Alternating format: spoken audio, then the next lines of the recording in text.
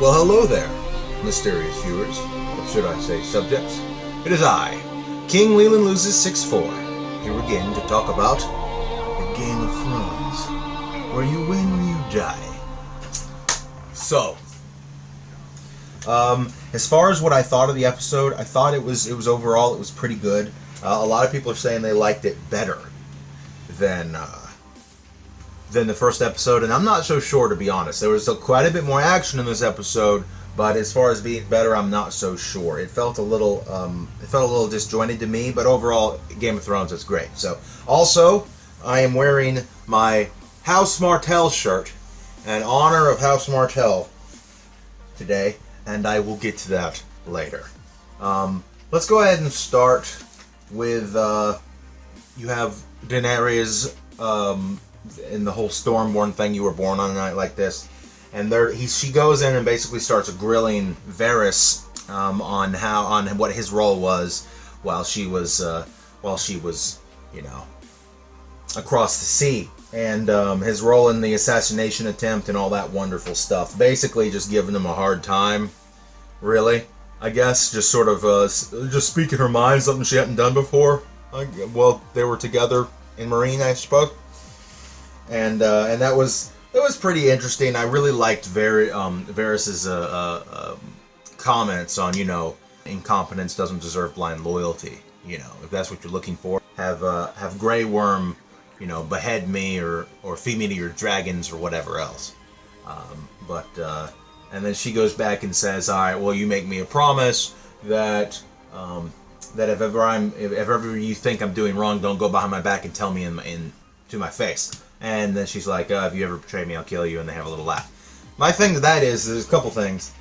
If you start going bad, like your crazy-ass dad, if you start going bad, you really think Varys, who served her father, who served the Mad King, would go to Daenerys and be like, hey, yeah, you're doing the wrong thing. Burn them all!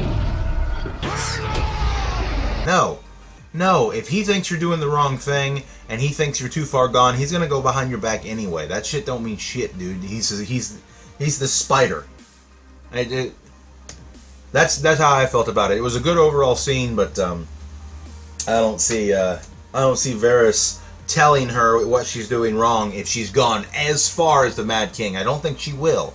But if she goes down that path, I don't see Varys sticking around and being like, oh yeah, you know what, you're doing something wrong, let me question you. We have the whole scene where Melisandre shows up and starts talking to Dany about the prince that is promised, which is, it's actually no gender word, so it's prince or princess. So there's two of them, which has been a theory a long time. There's not two of them confirmed, but it's the theory a long time by book readers have been that there's been two. That it could be both Dany and both Jon, because they both fit many parts of the prophecy. So then she brings up Jon Snow, Tyrion gets involved, and now Dany is summoning Jon Snow to see her queen and bend the knee. So that's going to go really well, I'm sure. We'll get into more about Jon later. We'll move on to the scene about with Cersei and Qyburn. Very interested to see all the different dragon heads, and then to see Balerion, the Dread they call him in this, the Black Dread in the books. Amazing. I mean, just the size of his head was amazing. And then Qyburn reveals that they've been working on a weapon that will, if a dragon can be wounded, a dragon can be killed. They've been working on a weapon, and it's this giant crossbow, basically, this giant ballista. And he has Cersei fire it at this beautiful, beautiful dragon head. And it goes into the dragon head and would kill the dragon, obviously. Now, my first question was, my first reaction, if you saw my reaction, was, which if you haven't, go check that out, was, oh, why would you do that? My second reaction initially was, isn't that dragon head like 210 years old? Book timeline, I'm assuming it's basically the same. So the dragon skull would be 200 years dead. So is that an accurate enough test? Will it go through a strong living dragon skull? But then I thought about it, and it's just like, well, I mean, I guess they're probably not going to get that deep into it. Plus, this is Qyburn we're talking about. I mean, look what he's done so far. So he's pretty smart dude. He's probably figured it out. So there's something out there that can kill the dragons. Although the dragon either has to be bearing down on you, or you have to have a whole bunch of them and a hell of a lot of good shots to get a flying dragon rolling around with that. Especially a kill shot. But we'll see where that goes. We move on to the plans. We got Tyrion. We've got the Queen of Thorns. We've got obviously Daenerys, and we've got Oberon's widow. They weren't married, but you know what I'm saying. Anyway, so we have them talking about their plans and what they can do, and how Daenerys doesn't want to take the Seven Kingdoms by force. She could, but she doesn't want to. She doesn't want to be the Queen of Ashes. Basically, the plan comes down to the Dornish and the Tyrells are going to march upon the Red Keep, the capital, King's Landing. They're going to besiege Cersei and the Lannisters and basically starve them out. And so eventually Cersei will have to give up. That's their plan. Not a horrible plan, but that's their plan. There's no mention of the Dothraki here. I don't know if you guys noticed that, but they're also going to send the Unsullied to Casterly Rock to take the rock, which will be amazing. I've been waiting for this ever since Rob originally thought of the plan in season 3. I have been waiting for this. We don't get to see Casterly Rock that much, if at all, in both the books or the series. So it'll be very interesting to see Casterly Rock and how they bring it to life on the show. It'll be very fun to see. I'm ready for that, and I hope it all works out. But as you know, the plans of imps and women, mice and men, imps and women. Excuse me for that horrible joke. I'm sorry. I sincerely apologize.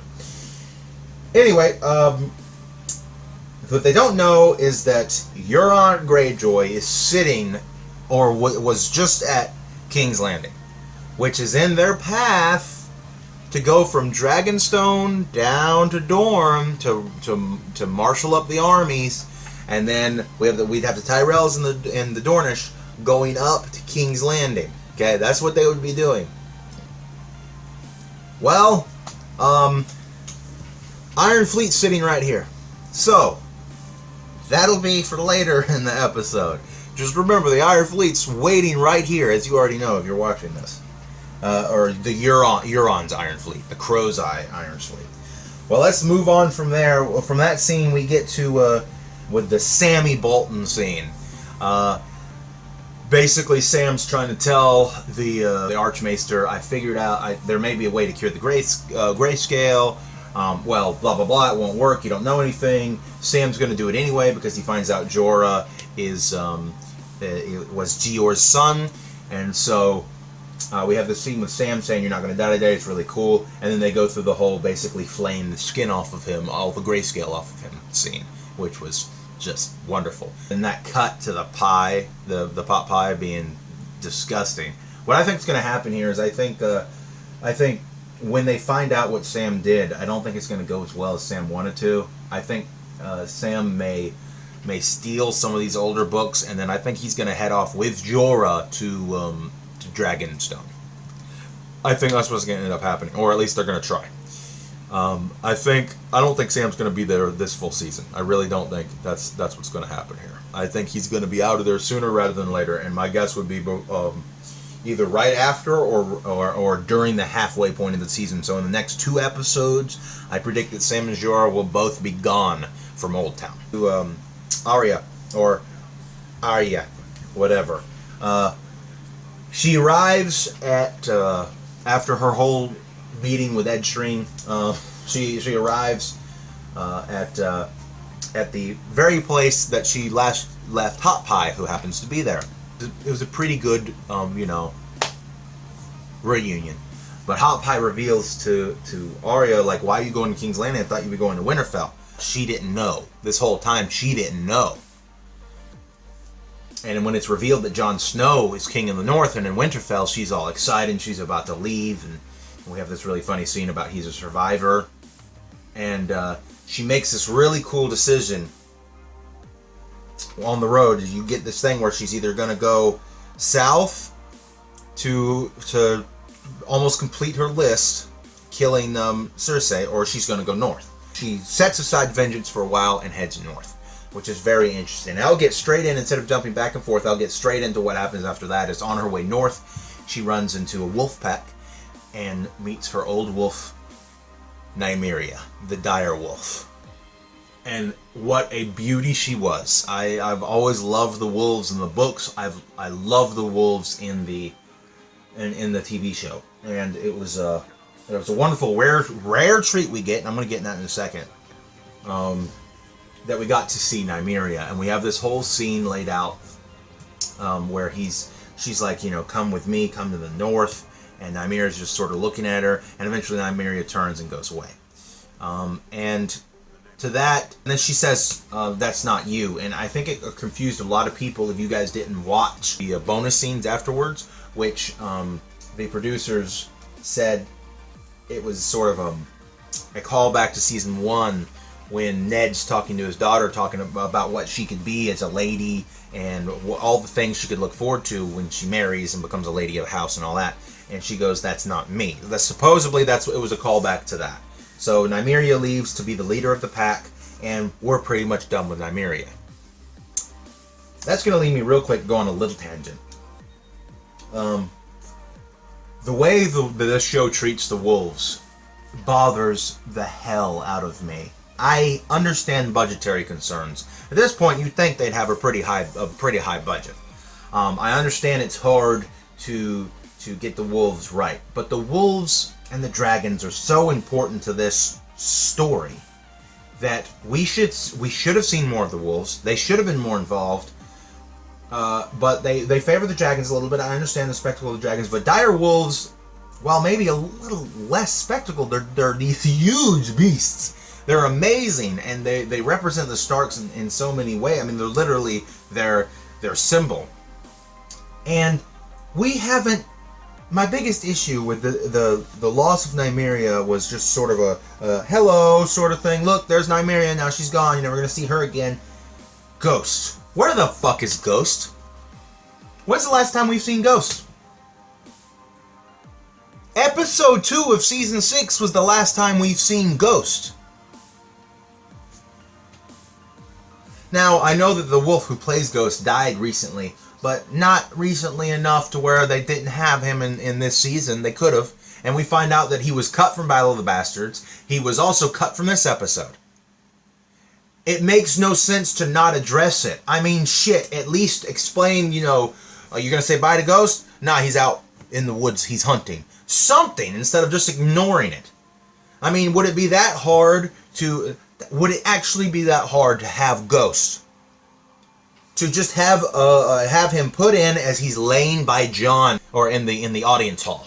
Would it be that hard? I really don't think it would. But they're choosing to stay away from it. They're choosing not to put Ghost in there, and it's driving me insane. I think he's going to be in the series. He's going to be in the remaining series at some point, but he will be in the last season. There's going to be something to do. There has to be. But it's just a pet peeve of mine with the show, how they don't incorporate the... I'm shaking the hell out of this camera. I'm sorry. They don't incorporate the wolves enough, in my opinion. It drives me insane. It drives me insane. Especially the lack of Ghost, who is such an integral part of the books. Moving on. Then we move on to Jon, when he gets Sam's letter from the Citadel, and he realizes that there's a mountain of dragon glass underneath Dragonstone. His whole approach to Daenerys Targaryen and that whole bit changes. And he makes a decision and announces to everyone that he is going to go to Dragonstone to ally himself with Daenerys Targaryen and try to be able to mine this dragon glass and make weapons out of it, and hopefully be able to use her dragon fire with her dragons against the coming Night King and the horde of White Walkers in white. And to that, of course, you have some people who give good points about why he should be there. And then you have Sansa running her mouth again. I can't believe after this. Now, I suppose what Jon should have done is talk to her beforehand. But still, she's got to stop. She's got to stop running her mouth when the King of the North speaks. You don't undercut someone when they're talking like that. You're undermining their authority, and it's not a great look. And she came up with good points, though. All good points. So far, the northern scenes have been back and forth on points. They've been very good. There's been you can see that both sides are right and wrong at the same time. But then Jon comes up with a great counterpoint, which is, we don't have the men to do it. We don't have the weapons to do it. And for fuck's sake, there's a woman who has goddamn dragons. So let's do this shit. So that's it was. I really like the scene, and then of course he turns around and says, "I'm leaving the North to you," which shut her up immediately. And then she gets this sort of side glance to Baelish, who's sitting there being Littlefinger, going, "Yes, my plans have come to fruition. Let me twiddle my mustachios." And we have Brienne sort of looking at him. I don't know if Brienne can keep him in check. She's big, she's strong, she's good, but she's not Baelish. Baelish has the mind for manipulation. So that was cool. Then we got the scene in the crypts where Baelish takes it upon himself to enter the crypts and is like, Jon's basically like, "What the fuck are you doing here? I don't want you here." You can tell Jon doesn't like Baelish at all. We see Ned. They've built Ned's statue to his tomb, which is very sad. And then we get Littlefinger basically saying, "I loved her mother, and I love Sansa too." And Jon cannot take it at this point. He grabs Littlefinger, throws him against the wall, choking him, and says, "If you ever touch her, I'll kill you." And this harkens also back to season 1 when Ned basically did the same thing to Littlefinger. One of several such establishments I own. You're a funny man. Huh? A very funny man. Ned!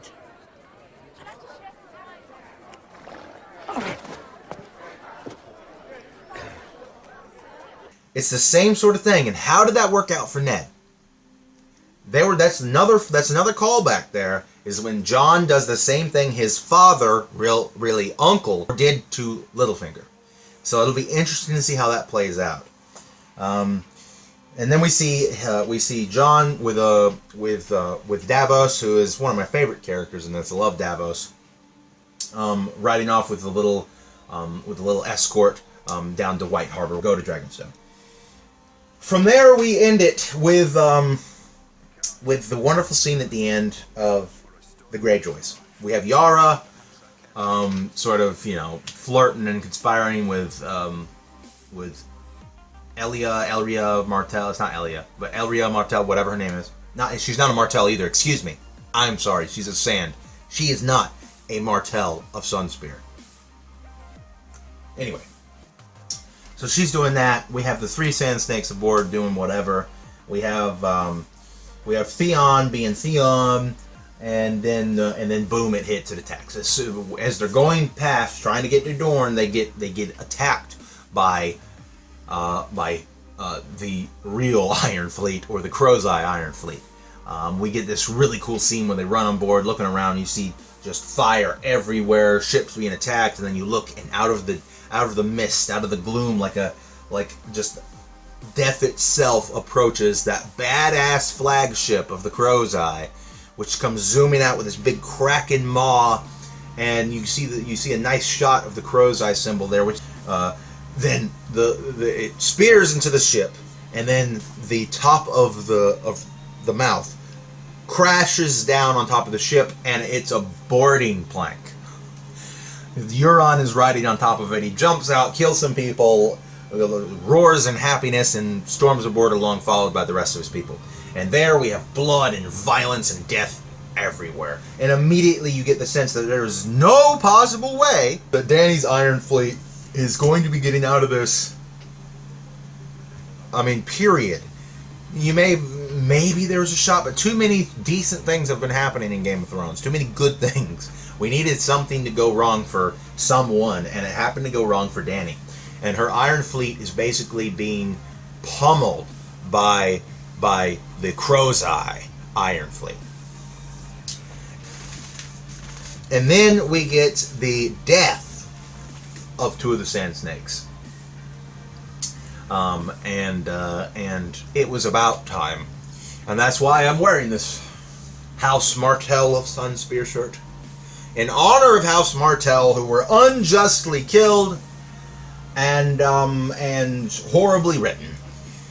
Thank the gods, the Lord of Light, and the old gods. Thank them all that the Sand Snakes are starting to die off. And then that's at the point we realize when it's like, kill us. As soon as Ilaria was saying, kill us, be done with it, I knew immediately what was going to happen.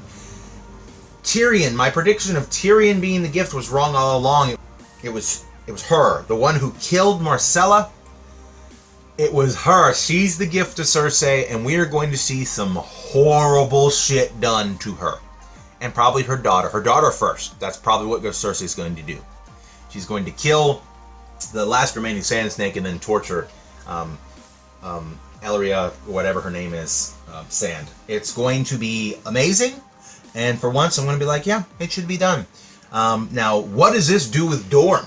Because magically, the leader of Dorne now is this bastard woman. Now, they don't look upon the bastards the same, but this bastard woman who killed the remaining leaders, the remaining Martells. You know, I mean, why? Why not, right?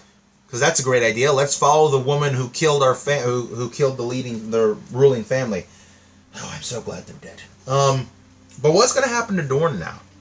I mean, what is going to happen? Because we'll get to the Theon scene in a minute. We have basically we have the Iron Fleet. Dany's Iron Fleet is destroyed, gone. Yara's captured.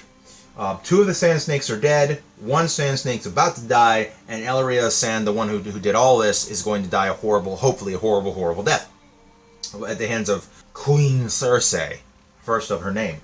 And so is she going to actually kill Arya, or is she going to hold her hostage for Dorne? Now, if I was Dorne, I'd just be like, fuck that bitch, let's do it anyway, because she's an idiot, right?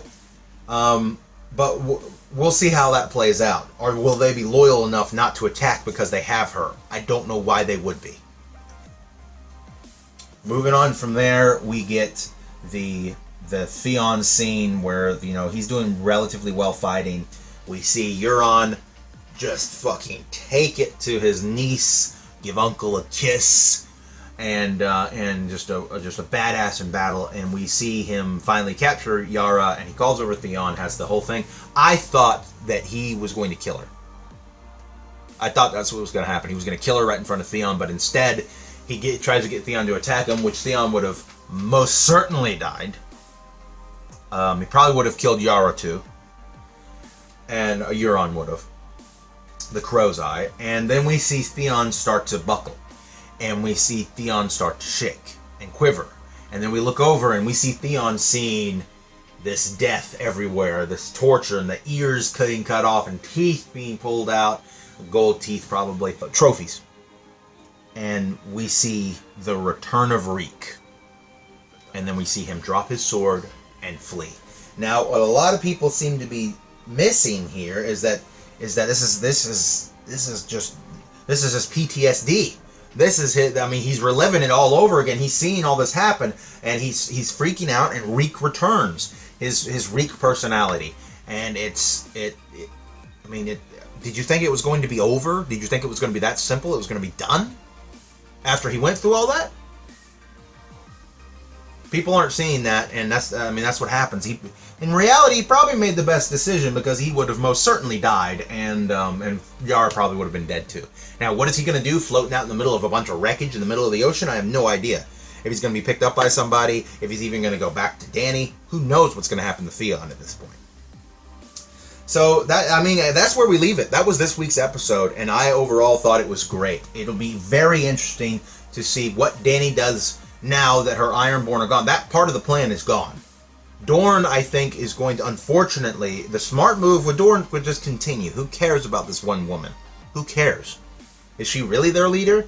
But unfortunately, I think it's going to take Dorne out of the plot for now, and we're going to have only the Martells now, or the Tyrells, excuse me. Martells are gone. I keep, I'm more on Oberyn Martell and his brother. It's just anyway. Can the Tyrells siege it by themselves? I don't think so. And then we have Sam's dad, Tarly. Will he betray the Tyrells? Probably.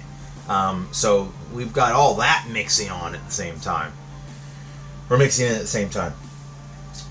So it'll be interesting to see how that goes. But everyone's looking forward to the next episode. You already know it. I know it. The world knows it. We're looking forward to seeing Jon finally meet his aunt. Doesn't know it's his aunt. She doesn't know that Jon's her nephew. But we're finally looking forward to have the King in the North, Jon Snow, Targaryen, whatever his name is. And we look forward to Daenerys Targaryen, Daenerys Stormborn, Targaryen, the last Targaryen, blah, blah, blah, blah, blah, blah. Not really last, as we know. But anyway, it'll be super cool to see them meet. It'll be awesome. I'm really looking forward to it. And that's my theories, discussion, and thoughts on Game of Thrones, Episode 2, Stormborn. If you like this, or you have any thoughts of your own, or you have any questions, leave them below. Then give me a like, a share, a subscribe. Give them to me, please. For me, that is it. And King Leland loses 6 fours is